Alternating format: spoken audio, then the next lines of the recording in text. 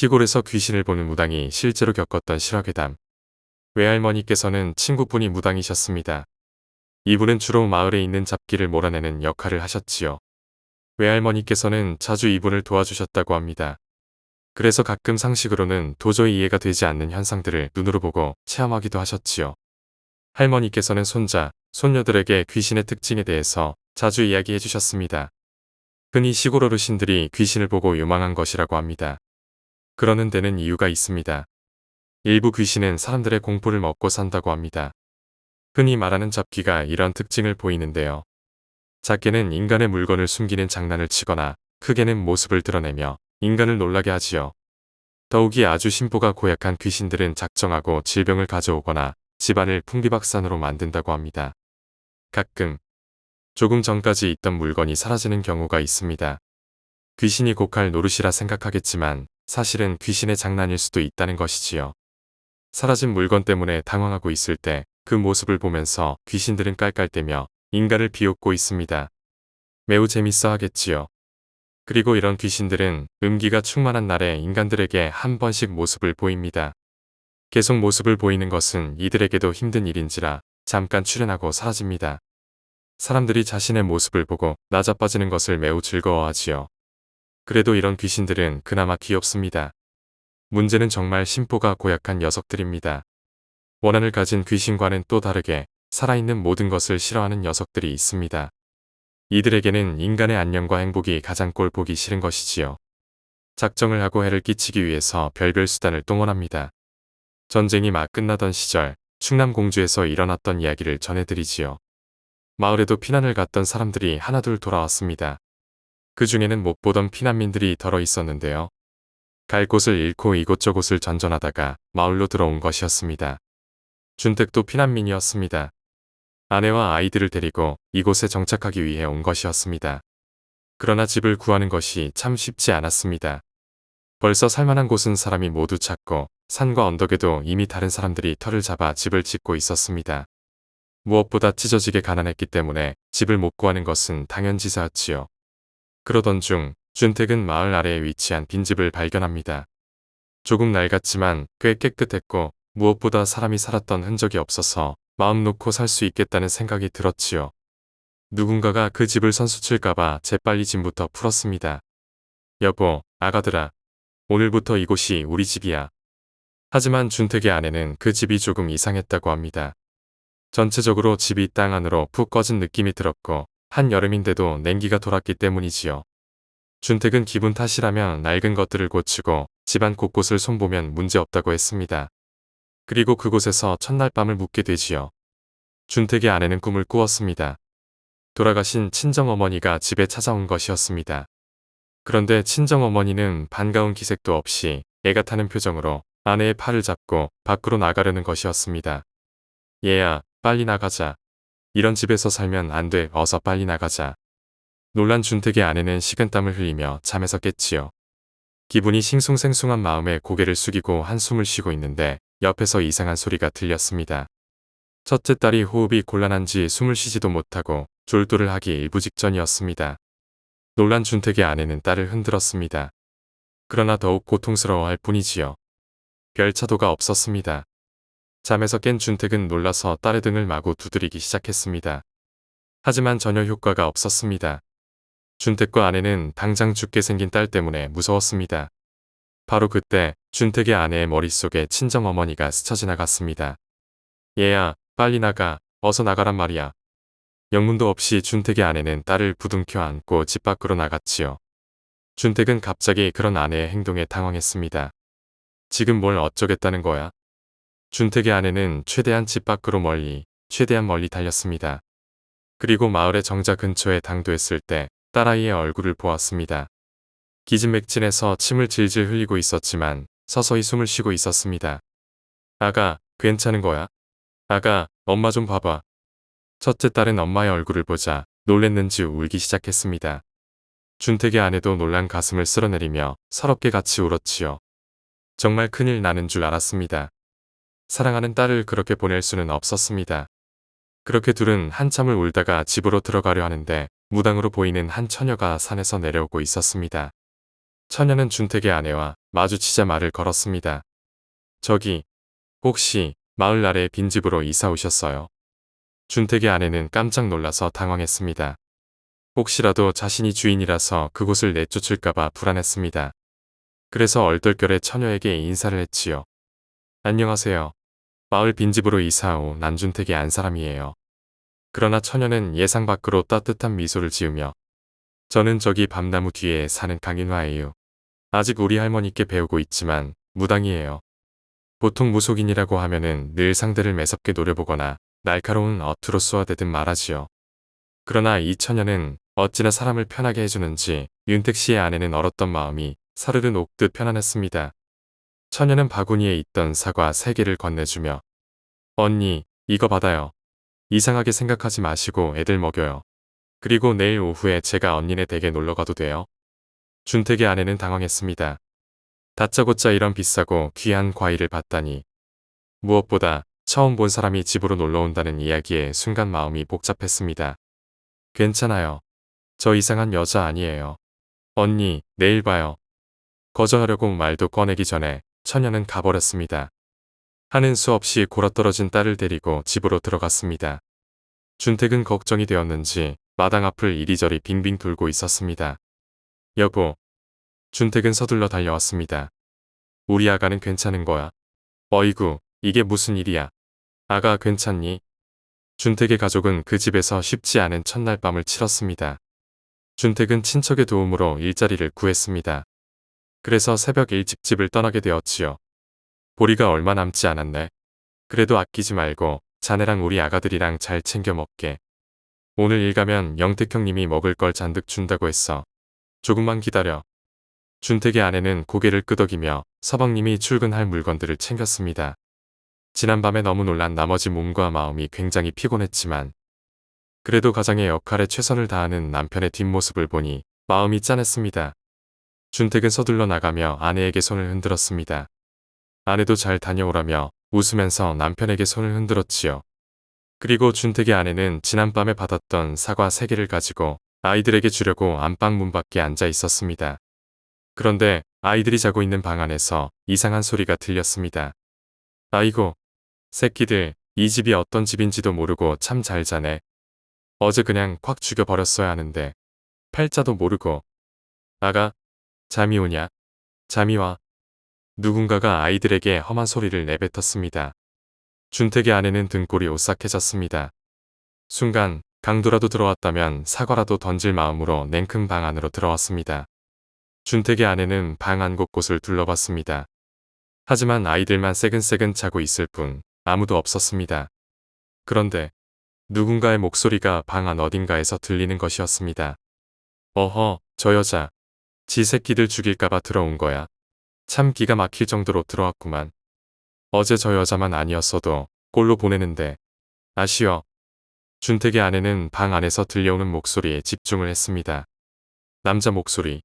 아니 여자 목소리 같기도 한 것이 이상하고 묘한 목소리가 참으로 기분이 나빴습니다. 무엇보다 아이들에게 몹쓸 말을 하니 엄마로서 화가 났습니다. 그래서 방 안에 대고 큰 소리로 따졌습니다. 귀신이든 사람이든 우리 아가들한테 그런 말 하는 거 아니에요. 남의 집 귀한 자식한테 그렇게 심한 말을 하다니. 우리 아가들 털끝 하나 건드려봐요. 아주 가만 안 둘 거니까. 준택의 아내를 비웃듯 기분 나쁜 웃음소리가 방 안 곳곳에 울려 퍼졌습니다. 웃음소리에 놀란 준택의 아내는 혹시나 아이들에게 해를 끼칠까봐 아이들을 부둥켜 안고 덜덜 떨었습니다. 내 목소리가 들리는 거야? 아줌마 무섭네. 신기라도 가진 거야? 네 아주. 오늘 이놈의 인간들 혼구령을 내줄 테니. 각오해. 낄낄낄. 그런데 밖에서 누군가가 준택의 아내를 찾는 소리가 들려왔습니다. 언니, 저 윤화예요. 어제 만났던 윤화. 방 안의 목소리는 윤화의 목소리를 당황을 했는지 위험을 느낀 듯 심한 욕을 하고 사라졌습니다. 이런 제길. 넌 내가 다음에 만날 때는 사지를 찢어버릴 거야. 윤화는 안방 문을 열었습니다. 방 안에는 준택의 아내가 어린 아이들을 부둥켜 안으며 공포에 떨고 있었습니다. 걱정스런 마음에 조심스레 방 안으로 들어왔습니다. 그리고 놀란 준택의 아내를 위로했습니다. 언니, 괜찮아요. 준택의 아내는 한참을 멍하니 있다가 마음이 좀 진정이 되는 듯 윤화에게 대뜸 물었습니다. 아가씨, 밥은 드셨어요? 피죽도 먹고 살기 힘든 찢어지게 가난한 시대에 얼마 남지 않은 식량이지만 준택의 아내는 보리죽을 써왔습니다. 윤화는 거절하지 않고 맛있게 한 그릇을 비웠습니다. 그리고 준택의 아내는 윤화에게 조심히 물었습니다. 아가씨, 우리 집에는 무슨 일로 오셨어요? 윤화는 그저 빙긋이 미소만 지을 뿐이었습니다. 그리곤 자신이 싸운 보자기에서 떡이며 사탕 같은 것을 꺼내어 아이들에게 주었습니다. 꼭꼭 씹어 먹어야 해. 준택의 아이들은 신이 났습니다. 그제 윤아는 준택의 아내를 바라보며 조심스레 이야기를 꺼냈지요. 언니, 지금부터 제가 하는 이야기는 기분 나쁘게 생각하지 마세요. 놀랄 수도 있으니까 마음 단단히 먹고 들으세요. 윤아가 말하길, 지금 준택네 식구가 살고 있는 집은 일제시대 때부터 마을 사람들 모두가 알고 있는 흉가라는 것이었습니다. 아주 오래전 박씨라는 사람이 이곳에 집을 짓고 싶어 했지요. 하지만 풍수장이를 비롯해서 동네 무당들이 반대를 하며 말렸습니다. 왜냐하면 이곳은 음기가 모이는 지점이라 온갖 잡귀들이 들끓는 장소였기 때문이지요. 박씨는 미신 따위는 믿지 않는다며 끝끝내 집을 지었습니다. 그리고 되돌릴 수 없는 무시무시한 일이 벌어졌습니다. 처음에는 박씨의 노모가 사망하는 일이 벌어졌습니다. 여든이 넘은 노모가 저 세상에 가는 일이야 어쩌면 당연한 일인 것 같지만 그래도 어제까지 정정하던 노인의 갑작스러운 죽음에 마을 사람들은 놀랬습니다. 그리고 얼마 지나지 않아 박 씨의 동생도 죽었습니다. 이유는 알 수 없지만 뭔가에 질식해 죽었다고 합니다. 문제는 박 씨의 아들 둘과 아내가 연이어 죽었고 마지막에 박 씨가 그 집에서 죽었습니다. 다른 사람들과 다르게 박 씨는 자살을 했는데 유서에는 이렇게 적혀 있었습니다. 요망한 귀신 새끼들이 어머니, 동생, 아들 둘과 아내를 죽였네. 무당의 말을 들었어야 하는데 나의 잘못이 크다. 죄책감에 가족들을 따라간다. 이후 박 씨의 먼 친척이 이곳에 이사를 와서 살았습니다.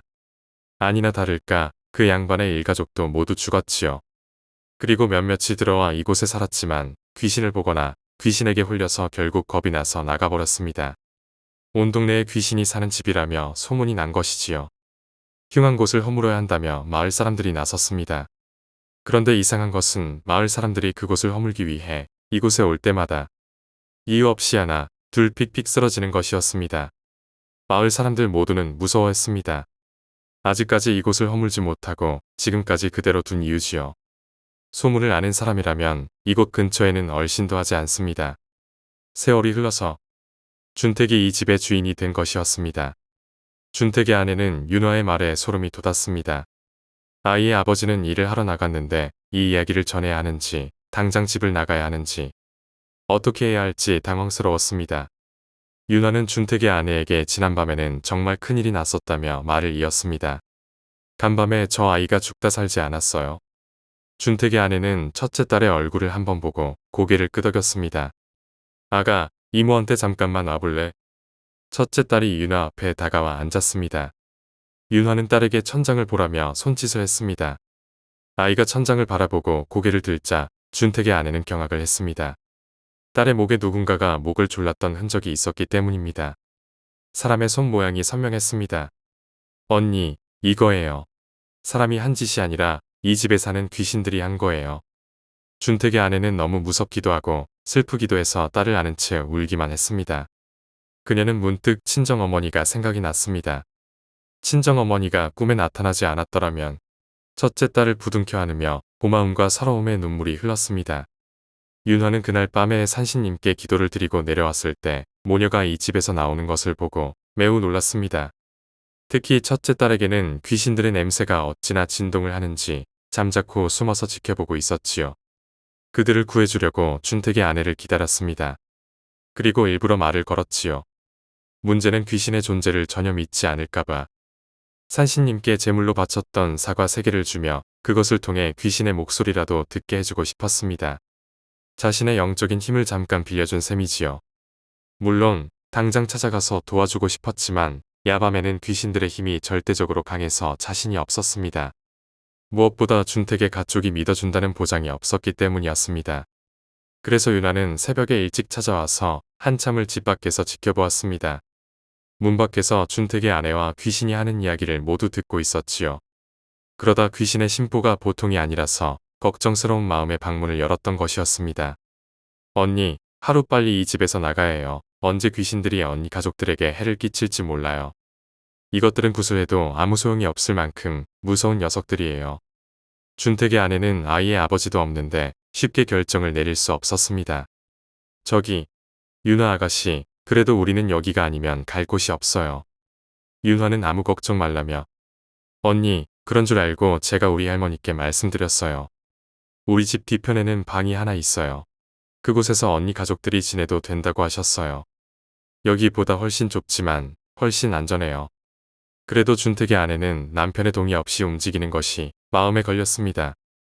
윤아 아가씨, 역시 지금은 무리일 것 같아요. 아이들 아빠가 아무래도 와봐야.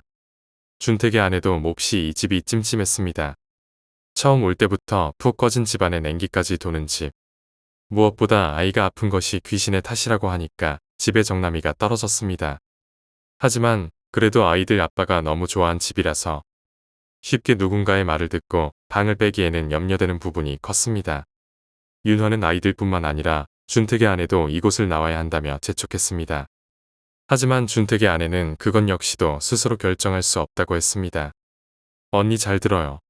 귀신은요, 약한 아이나 노인부터 해를 끼쳐요. 그리고 사람의 두려움을 먹고 강해진 뒤에는 건장한 산에도 해를 끼쳐요. 귀신이 제일 싫어하는 것이 뭔지 알아요? 인간이 자신의 터에서 행복하게 사는 거예요. 준택의 아내는 윤화의 설득에 할 수 없이 아이셋과 함께 그 집을 떠났습니다. 윤화와 함께 필요한 도구만 들고 그녀의 할머니 댁으로 갔지요. 할머니는 준택의 아내를 따뜻하게 맞이해 주었습니다. 고생 많았네. 고생 많았어. 어찌 그 집에서 살 생각을 했는가. 자리 잡을 때까지 여기서 묵어도 괜찮아. 친절하게 맞이해준 윤환의 가족이 고마웠습니다. 하지만 남편이 마음에 걸렸습니다. 아직 돌아올 시간은 한참 멀었지만 행여나 일찍 올까봐 걱정이 되었기 때문입니다. 왜냐하면 준택 씨와 아내는 한글을 읽을 수도 쓸 수도 없어서 미처 어디로 떠난다는 내용을 남기지 않았기 때문입니다. 준택의 아내는 남편이 언제 돌아올지 모른다는 생각에 노심초사했습니다. 얘들 아버지를 기다리기 위해 그 집을 가야만 했습니다. 그러나 윤아와 할머니가 가지 못하게 할 것이 뻔해서 그들에게 길에 중요한 물건을 흘린 것 같다며 아이들을 맡기고 나왔지요. 할머니는 때가 되면 남편이 올 것이라고 말했습니다. 하지만 아내의 걱정은 전혀 덜어지지 않았지요. 착한 남편이 혹시나 집에 왔을 때를 걱정했습니다. 가난한 자신을 두고 아이들을 모두 데려갔다고 생각할까봐. 그리고 그 집의 나쁜 귀신들이 남편을 해칠까봐 복잡한 심정으로 남편을 위해서 그 집으로 향했습니다. 그런데 집의 대문을 열려고 하자 남편의 목소리가 들렸습니다. 남편은 일을 하고 왔는데 여편네는 어디 간 거야? 자식 새끼들은 또 어디 간 거야? 중얼중얼. 준택의 아내는 남편의 목소리에 반가웠습니다. 당장 대문을 열고 들어갔습니다. 마당에서 연장을 손질하는 남편의 뒷모습이 보였습니다. 준택은 낯을 갈면서 혼잣말을 중얼중얼 거리다가 여보 왔어? 퉁명스러운 목소리로 물었습니다. 준택의 아내는 평소와 다른 남편의 모습에 화가 난 줄 알고 조심스레 이야기를 했습니다. 네, 여보. 마을에 좀 다녀왔어요. 남편은 아무런 대꾸도 않고 낯을 갈았습니다. 그러곤 한참을 있다가 그래, 뭐하고 온 거야? 준택의 아내는 남편의 그런 모습에 지금까지 겪었던 이야기를 차마 말할 수 없었습니다. 저기, 그냥저냥. 남편은 또 아무런 대꾸도 않고 낯을 계속 갈았습니다. 그러곤 또 한참을 있다가 무당년 집에 갔다 왔지. 준택의 아내는 뜨끔했습니다. 잘은 모르겠지만 남편이 무당을 싫어하는 것 같아서 마음이 불안했습니다. 윤아가 해준 이야기는 뒤로 하고 화가 난 남편을 풀어주려고 주제를 돌렸습니다. 여보, 오늘은 일찍 오셨네요. 무슨 일로 이렇게 빨리 왔어요? 남편은 무심한 듯 아무 말도 하지 않고 낯을 갈았습니다. 그리고 한숨을 쉬며 당신이랑 한 약속을 지키려고 왔지.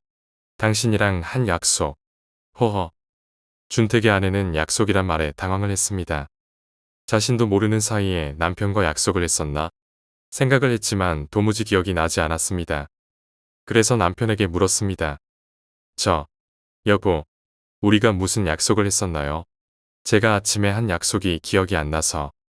남편은 고개를 푹 숙이며 한숨을 쉬었습니다. 에휴, 정말 잊었단 말이야. 정말 기억이 안 나. 남편은 낯을 들고 천천히 일어섰습니다. 준택의 아내는 그런 남편의 모습이 이상했지만 대수롭게 생각을 하지 않았습니다. 여보, 정말 기억이 안 나요. 우리가 무슨 약속을 했었어요?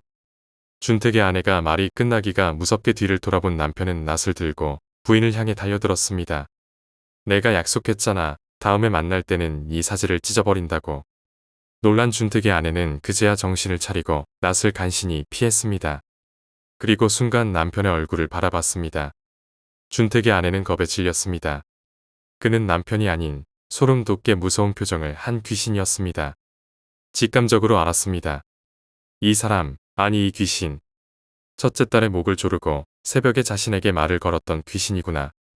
축 늘어진 긴 혓바닥을 날름거리며 준택의 아내에게 다가오고 있었습니다. 준택의 아내는 겁을 먹어 도망가려고 했습니다만 몸이 마음대로 움직이지 않았습니다.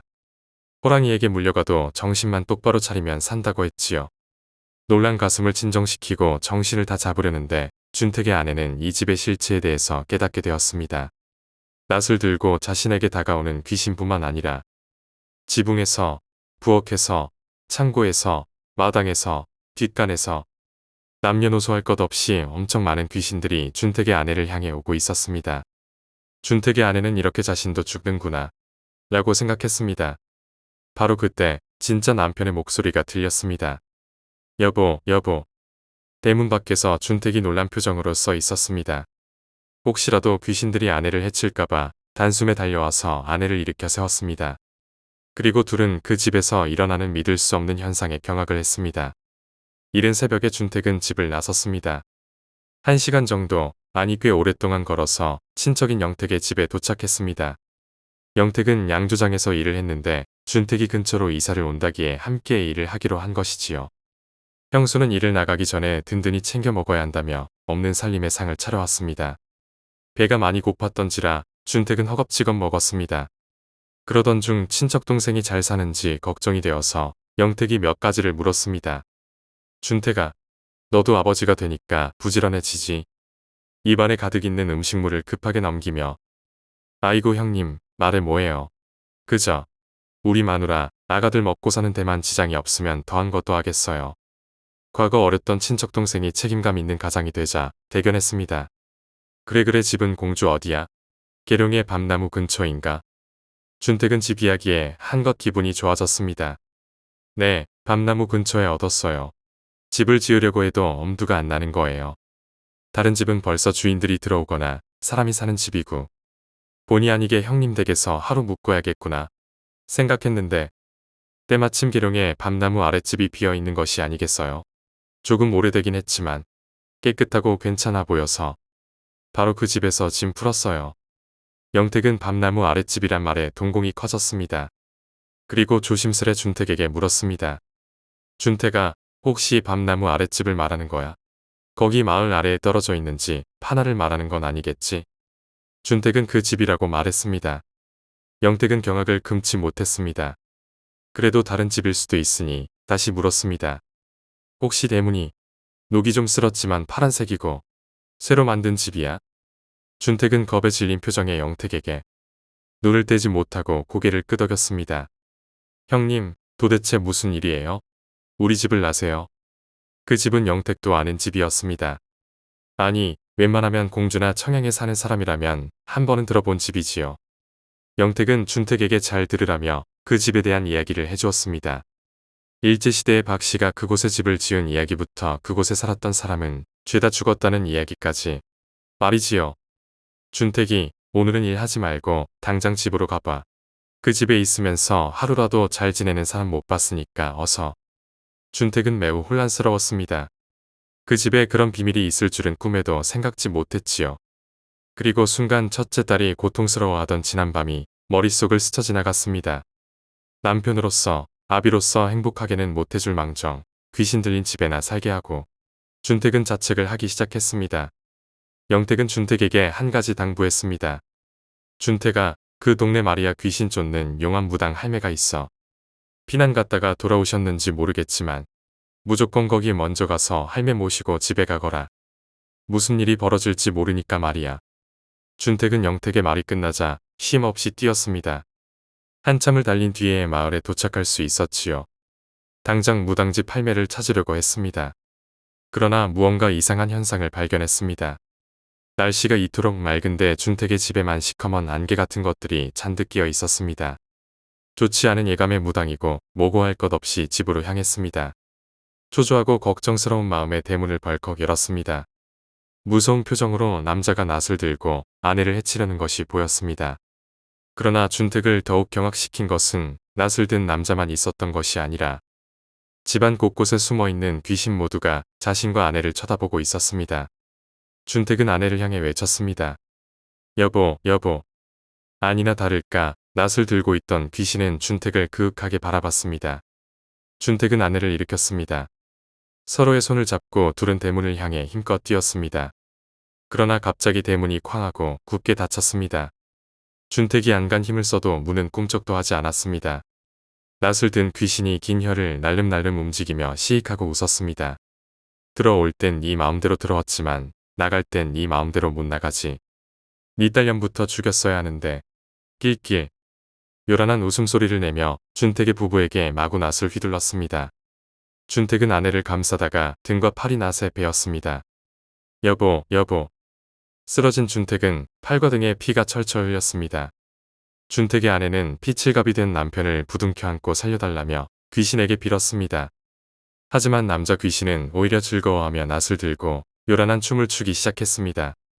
더군다나 집안 곳곳에 있던 귀신들까지 요상한 울음소리를 동시에 내기 시작했습니다. 으흐 꺼이. 준택의 아내는 그 울음소리가 어찌나 머리를 어지럽히는지 정신이 나갈 것 같았습니다. 남자 귀신이 준택의 아내를 보며 낫을 얼굴에 갖다 댔습니다. 준택의 아내는 자신은 죽여도 남편 살려달라며 애원했습니다. 귀신은 아랑곳하지 않고 요상한 표정을 지어댔습니다. 웃는 표정, 슬픈 표정, 눈을 모았다가 얼굴을 찡그렸다가 한마디로 준택의 아내를 희롱하는 것이었지요. 그것을 보고 화가 난 준택이 귀신을 향해 돌진을 했습니다. 준택은 귀신의 팔을 잡으며 아내에게 외쳤습니다. 여보, 빨리 나가. 어떻게든 나가. 준택의 아내는 남편을 두고 쉽게 나갈 수 없었습니다. 그때는 무슨 용기가 생겼는지 근처에 있던 돌을 들고 귀신의 머리를 찍어버렸습니다. 귀신은 화가 머리끝까지 났는지 욕을 하며 준택을 밀쳐냈습니다. 바로 그때 잠겨있던 대문이 열렸습니다. 그리고 하얀 옷을 입은 무당 할머니와 유나가 들어왔습니다. 이복에 세댁. 정말 말을 안 듣네. 내가 그만큼 이곳에 오지 말라고 말했거늘. 준택 부부는 할머니의 꾸지람에 얼어버렸습니다. 그러자 할머니는 손짓을 하며 빨리 내 뒤로 안 오고 뭐하는 거야. 죽고 싶으면 계속 그렇게 있던가. 유나는 재빨리 준택 부부를 할머니 뒤에 데려왔습니다. 귀신은 무섭게 할머니를 노려봤습니다. 이 무당년, 여기가 어디라고 온 거야? 할머니는 낫을 들고 있는 귀신을 한참을 바라봤습니다. 귀신도 할머니를 물끄러미 바라봤습니다. 한참을 서로 응시하다가 할머니는 귀신에게 물었습니다. 자네, 혹시 죽은 박씨 아닌가? 30년 전에 죽은 자네가 어찌 이런 일을 할 수 있어? 귀신은 그런 무당 할머니를 비웃기라도 하는 듯 괴상한 표정을 지었습니다. 그때 나도 이 집에서 죽었지. 날 죽인 귀신 놈이 저기 지붕에서 날 훔쳐보고 있구먼. 시발놈. 내가 저 새끼 보고 살려달라고 발버둥을 쳤는데 끝내 내 목을 졸라 죽이더군. 무당 할머니는 박씨 귀신을 유심히 보았습니다. 그리고 주위를 둘러보았습니다. 건너방에는 죽은 박씨의 어머니 영이 있었고 창고에는 죽은 박씨의 어린 두 아들이 있었으며 부엌에는 죽은 박씨의 아내가 쪼그려 앉아 벌벌 떨고 있었습니다. 할머니는 다시 지붕 위의 귀신을 보며 박씨 귀신에게 말했습니다. 박씨, 저 귀신이 너를 죽인 건 사실인 것 같지만 자네 가족을 죽인 건 귀신들이 아니라 박씨 자네구먼. 박씨 귀신은 진실을 들킨 듯 크게 웃었습니다. 30년 전 사건의 내용은 이렇습니다. 박씨는 터가 안 좋다는 소문에 땅값이 싸서 이곳에 집을 지었지요. 집을 짓고 나서 잡기는커녕 도깨비불 하나 못 봤습니다. 오로지 돌아가신 아버지가 일본군을 피해 숨겨놓은 재산을 찾는 것이 목적이었지요. 그래도 박씨의 어머니는 마을 무당의 말을 듣고 혹여나 집안의 귀신들이 가족을 해칠까봐 음식을 주며 기도를 했다고 합니다. 워낙 음기가 강한 지역이라서 귀신들은 금방 박씨의 어머니에게 모습을 나타냈지요. 원래 자신의 영역에서 인간이 행복하게 사는 걸 극도로 싫어하는 귀신들도 친절한 박 씨의 어머니를 의외로 잘 따랐습니다. 오히려 귀신들은 전염병을 몰고 다니는 악기로부터 박 씨의 어린 두 아들을 지켜주기도 하였지요. 그러던 어느 날이었습니다. 박 씨는 아버지가 숨겨놓은 재산을 어머니가 가지고 있다는 사실을 눈치챕니다. 바로 아버지의 재산으로 독립운동에 자금을 몰래 대주었던 것이었지요. 박 씨는 어머니에게 당장 전 재산을 내어놓으라고 했습니다. 그러나 어머니는 한 푼도 줄 수 없다며 완강히 거부를 했지요. 돈에 눈이 먼 박 씨는 되돌릴 수 없는 행동을 하게 됩니다. 자고 있던 어머니의 얼굴에 이불을 단숨에 덮어 질식사시켰습니다. 문제는 그 모습을 두 아들이 본 것이지요. 두 아들은 아버지가 할머니를 죽였다며 자신의 어머니에게 말을 하려 했으나 박 씨에게 잡히고 말았습니다. 박 씨는 두 아들에게 협박했습니다. 너희들이 본 거 누구에게라도 말을 하면 그땐 용서 안 할 거야. 알았어? 당시 일제치하의 시골이라는 이유로 사망신고를 제대로 하지 않아도 그냥 넘어갔던 때가 있었습니다.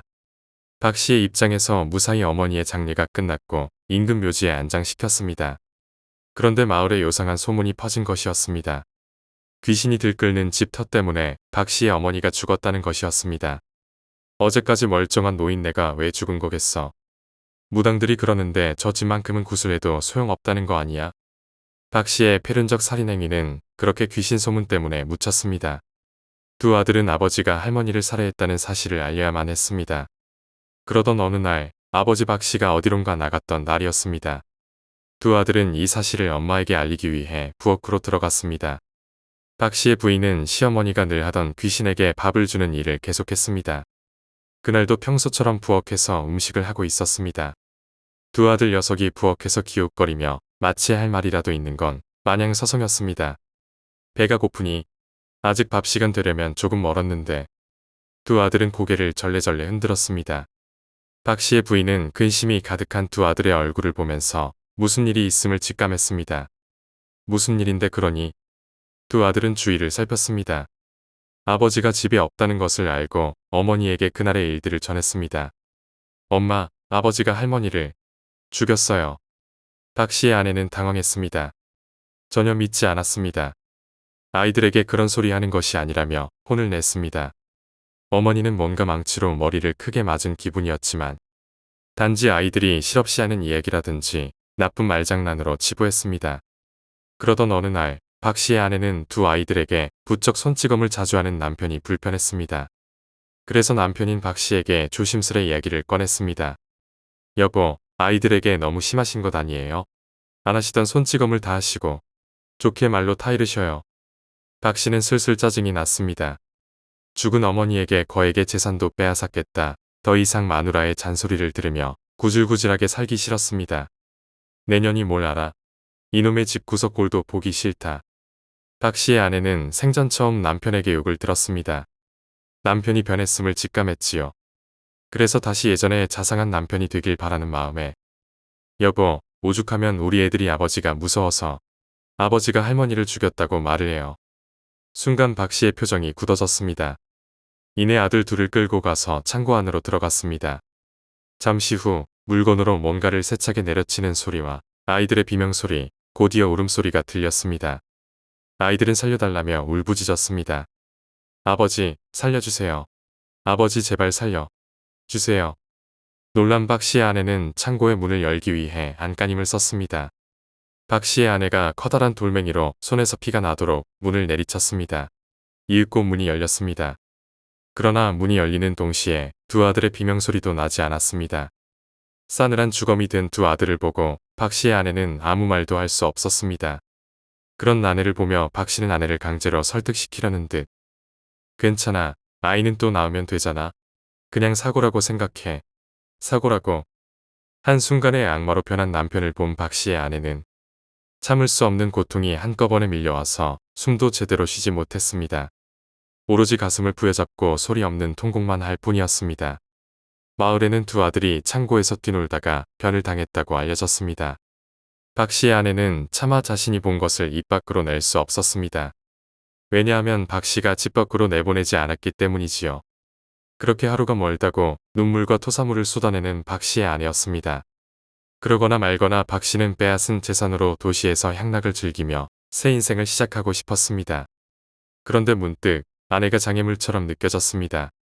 이왕 이렇게 된 김에 마누라도 죽이고 새 인생을 살아. 이 정도 돈이라면 조선 바닥 어디에서도 떵떵거리면서 살 수 있지. 그동안 아껴가며 있는 놈들 앞에서 자존심 굽혀가며 왜 이리 살았는지 모르겠네. 돈이면 다 되는 것을 말이야. 박 씨는 집으로 가서 계획을 실행시켰습니다. 부엌에 있던 아내의 목을 졸라 살해를 한 것이지요. 마을 사람들은 두 아이를 잃은 슬픔이 커서 자살을 했다고 믿었습니다. 박 씨는 의심을 받을까봐 아내의 장례를 치르는 날만큼은 슬픈 척을 했지요. 그리고 박 씨는 집안의 모든 재산을 정리하며 집을 떠날 준비를 합니다. 끔찍했던 일을 저질렀던 집에서 나가려는 순간 집안 곳곳에서 괴상한 소리가 들려왔습니다. 이보게, 박 씨, 어딜 그렇게 가는가? 우리랑 살아야지. 한 사람이 내는 목소리가 아닌 꽤 많은 사람들이 자신을 부르는 소리 같았습니다. 박 씨는 갑자기 오싹한 기운을 느꼈습니다. 이보게 박 씨, 어머니를 죽이고 처자식 죽이고 새 인생 살기가 어디 쉬운가. 그러지 말고 우리랑 같이 여기 있지. 박 씨는 두려웠지만 밖으로 나가면 그만이라 생각했습니다. 그리고 집을 빨리 나가려고 대문을 미는 순간 이상하게도 문이 열리지 않았습니다. 문을 세게 흔들어도 밀어도 열리지 않았습니다. 이렇게라도 된 이상 담이라도 넘으려고 마당으로 돌아가는데 누군가가 빠르게 기어오며 박 씨의 다리를 잡았습니다. 놀란 박 씨는 나자빠졌습니다. 정신을 차린 박 씨는 경악을 했습니다. 시대를 알 수 없는 온갖 잡귀들이 자신의 집에 우글댔습니다. 박 씨의 다리를 잡은 귀신이 엉금엉금 다가왔습니다. 그리고 박 씨의 얼굴에 가까이 얼굴을 들이밀며 말했습니다. 박 씨, 왜 할머니를 죽였어? 불쌍한 할머니, 불쌍한 아이들, 불쌍한 자네의 아내, 왜 죽였어? 너는 귀신보다 못한 인간이야. 귀신은 박 씨의 멱살을 잡고 흔들었습니다. 박 씨는 두려웠지만 자신만은 살아야겠다며 귀신을 뿌리쳤지요. 그런데 온갖 귀신들이 이미 박 씨의 앞을 막았습니다. 좀 전에 자신을 잡았던 귀신이 말을 하길. 귀신인 우리도 자네 가족들의 은혜를 아는데 너는 재물에 눈이 멀어 아들이면서 남편이면서 아버지이면서 가족들을 무참히 죽여. 너는 사람으로 살 자격이 없다. 옥황상제가 용서를 해도 우리가 용서를 못해. 그냥 이곳에서 평생 우리랑 살자. 그렇게 귀신은 박 씨의 목을 졸랐고 박 씨는 세상을 떠났습니다. 마을 사람들이 박 씨를 발견했을 때는 처마에 목이 매달려 죽어 있었지요. 그리고 귀신도 모르게 누군가가 박 씨의 발 아래에 유서를 써놓았습니다. 모두 귀신 때문이라고 말이지요. 박 씨 일가의 죽음은 세월과 함께 사라지는 듯 했습니다. 하지만 죽은 박 씨는 사악한 살인귀가 되어 그 집의 귀신이 되었습니다. 다른 귀신들조차 살인귀 박 씨가 무서워서 집안 구석구석에 꽁꽁 숨어버렸습니다. 그리고 박 씨 귀신은 그 집에 들어왔던 모든 이들을 죽이거나 해를 끼쳤지요. 어찌나 박 씨의 혼이 사악한지 유명한 무당도 혀를 내둘렀다고 합니다. 시간이 흘러 준택이 이곳에 왔을 때 박 씨는 애초에 준택네 식구가 마음에 들지 않았습니다. 자신의 집에서 행복하게 서로를 믿으며 살았기 때문이었지요. 그래서 그런 모습에 화가 나서 첫째 딸의 목을 졸라 버렸던 것이었습니다. 살인귀 박 씨는 긴 혀를 내두르며 준택 부부를 바라보며 표정을 마구 바꾸며 조롱하듯 말했습니다. 의외에 그래 내가 다 죽였지. 감히 남의 집에서 행복하게 잘 살 줄 알고. 저 무당년만 아니었어도. 아쉽다. 아쉬워. 살인귀 박 씨는 준택 부부가 괘씸한 듯 낫을 들고 달려들었습니다. 무당 할머니와 윤화는 5월에 꺾어 만든 버드나무 줄기를 휘두르며 박 씨가 오지 못하게 했지요. 박 씨, 죽어서도 죄를 지으면 그 업보 어떻게 감당할 거야? 이제 그만. 놓아줘. 살인귀는 시끄럽다는 듯 사람들을 해치려 했습니다. 물론 버드나무 줄기가 효과가 있는지 쉽게 달려들지는 못했습니다만 어찌나 사악함이 극에 달했던지 무당 할머니는 엄두가 나지 않았습니다. 설상가상으로 집에 있던 잡귀들이 일제히 걸어 나오고 있었습니다. 무당 할머니는 위급함을 느꼈습니다. 내가 해결할 테니 모두들 이곳에서 나가게. 그러나 윤화나 준택 부부가 말을 들을 리가 없었습니다. 그렇게 모두들 겁에 떨면서 망령들이 다가오는 것을 볼 수밖에 없었습니다. 망령들은 하나같이 뭐라고 중얼거렸습니다. 무당 할머니는 그것을 한참 동안 바라보았습니다. 그리고 윤화와 준택 부부에게 외쳤습니다.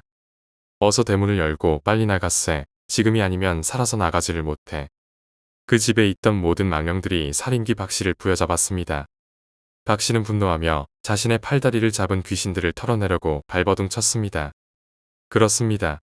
그 집의 망령들은 사람들에게 어서 나가라며 외치고 있었습니다. 그들은 몇 번이고 살인귀 박 씨를 잡으려고 했지만 좀처럼 기회가 오지 않았던 것이었습니다. 박 씨를 잡은 망령들 중에는 박 씨에게 죽은 가족과 살해당한 자들도 있었습니다. 어서 나가, 어서. 어마어마한 광경의 준택 부부는 눈을 뗄 수 없었습니다. 무당 할머니는 모두를 데리고 그 집에서 나왔습니다. 문이 닫히자 박 씨가 울부짖는 소리가 문 밖까지 울렸습니다. 마을 사람들은 들었는지 모르겠지만 엄청 무섭고 요란한 소리가 사방에 퍼졌습니다. 그리고 무당 할머니는 문을 닫아버렸고 황급히 자리를 뜨자고 했습니다. 믿을 수 없는 광경의 준택 부부는 한동안 멍하니 바라볼 수밖에 없었습니다. 자신들이 행복하게 살 것이라 다짐했던 집이 그런 사안을 가지고 있을 줄은 꿈에도 생각지 못했습니다. 결국 준택 부부는 그날 이후 무당 할머니의 뒷집에 살게 되었습니다. 다음 날 아침, 무당 할머니는 건장한 사내들과 그 집 대문 앞을 찾았고 부적과 함께 새끼줄을 엮어 봉인했습니다. 그리고 몇 년 뒤 그 집은 손녀인 윤아에 의해서 불에 타 없어졌습니다.